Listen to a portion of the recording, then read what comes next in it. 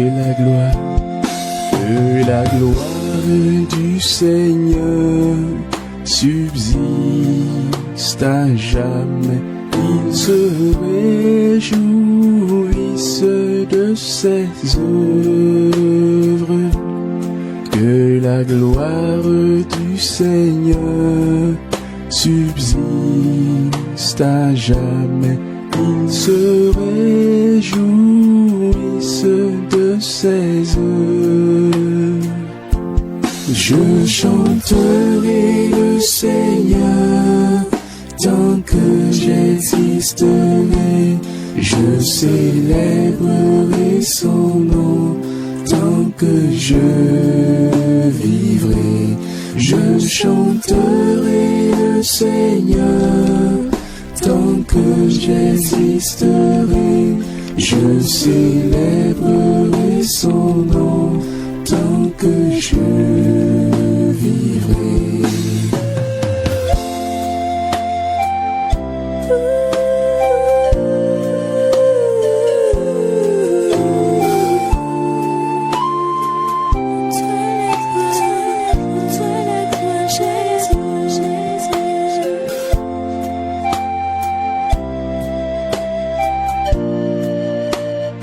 Je chanterai ton nom éternel toute ma vie. Que ma vie soit une louange pour toi.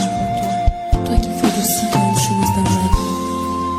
Tu es si bon éternel. Je t'aime Seigneur. Je ne veux que te louer.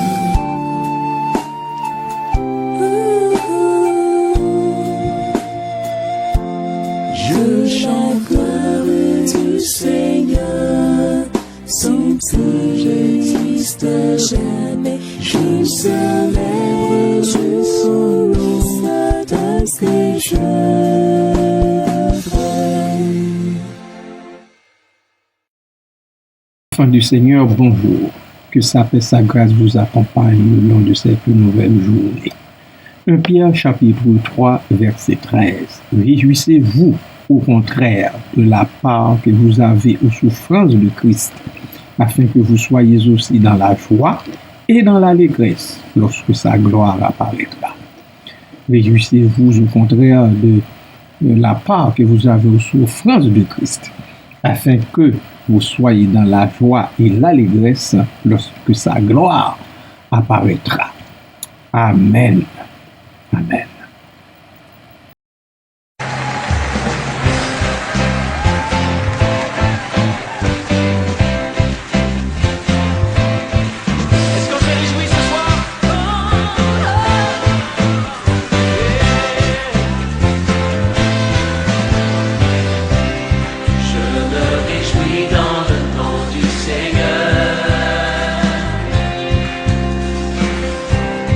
Je me confie dans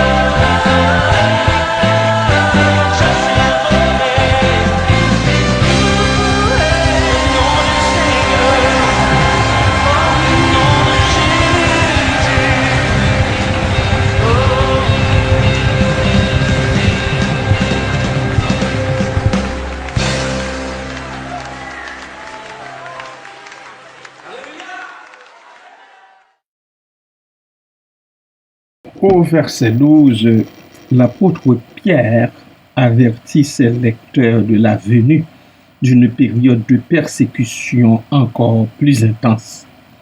Ils insistent à nouveau sur la préparation mentale.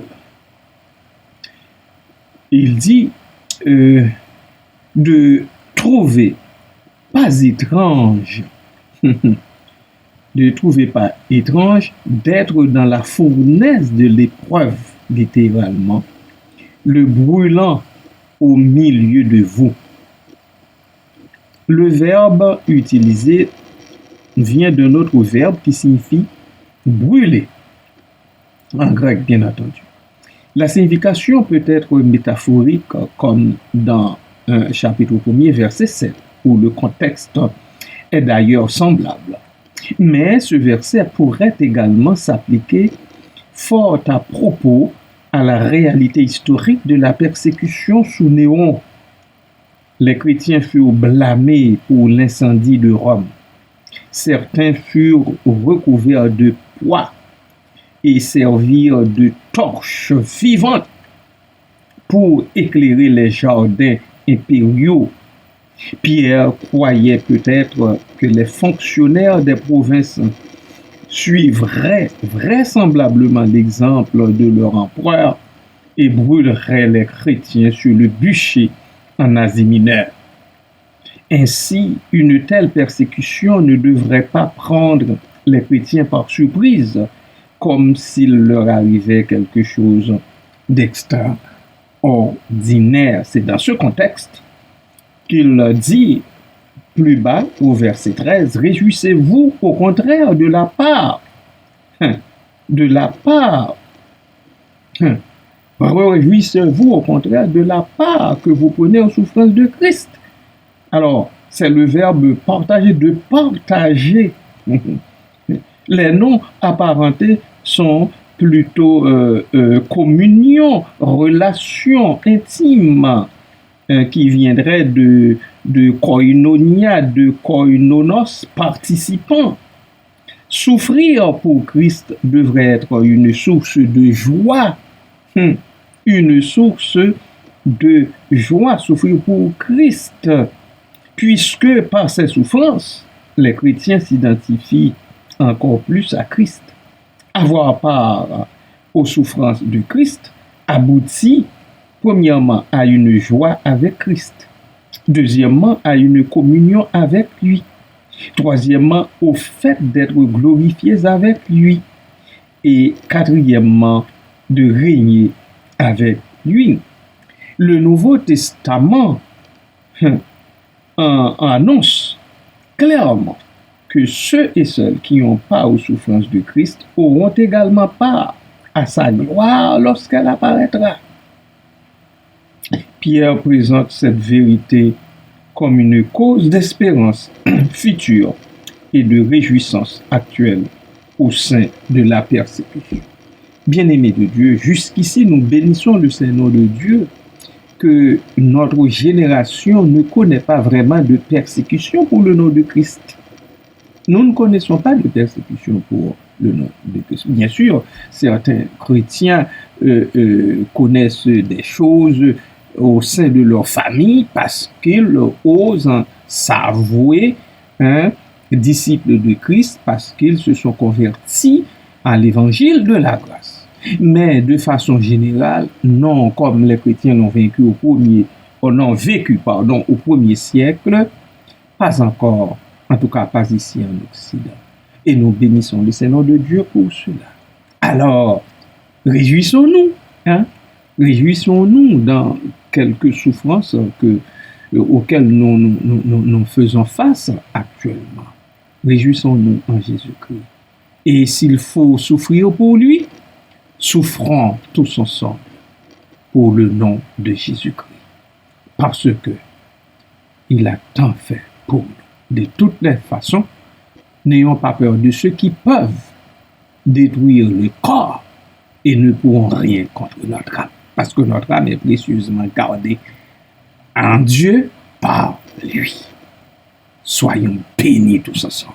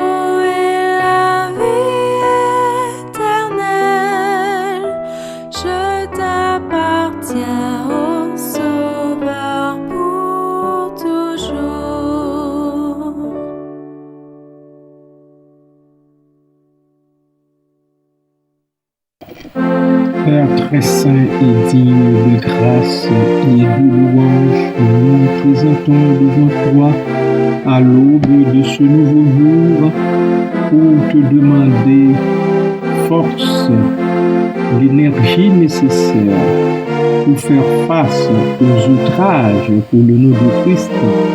Si des outrages nous devrions, Seigneur, subir pour Christ, Papa, arme-nous déjà, nous t'en supplions en son nom béni.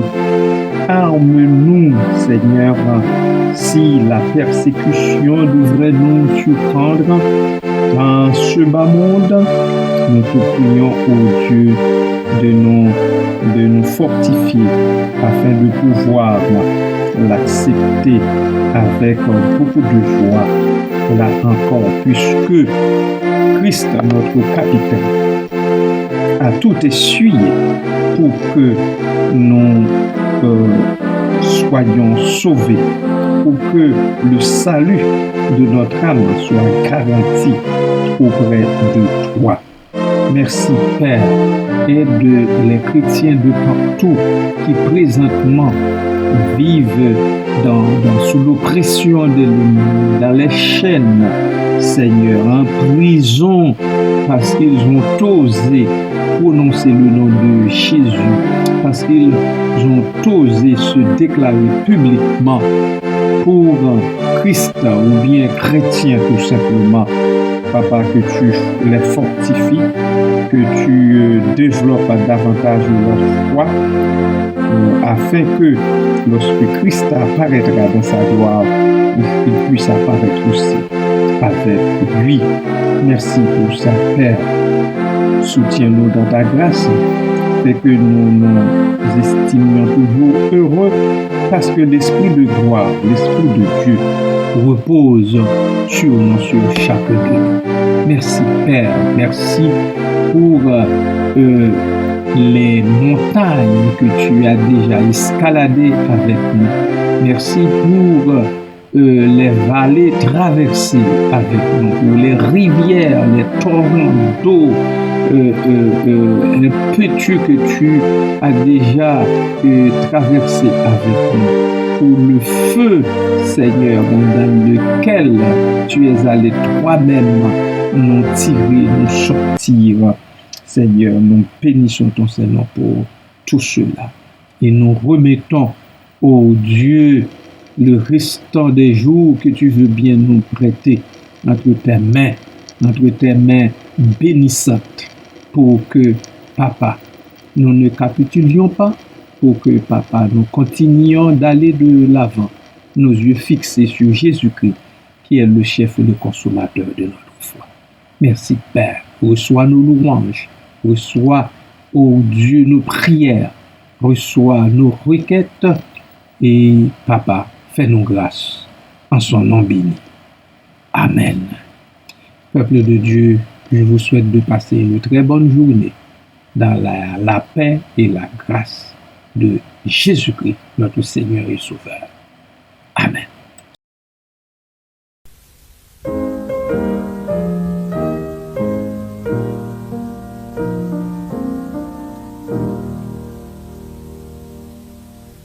L'Éternel te bénisse, l'Éternel te bénisse et te garde, fasse lever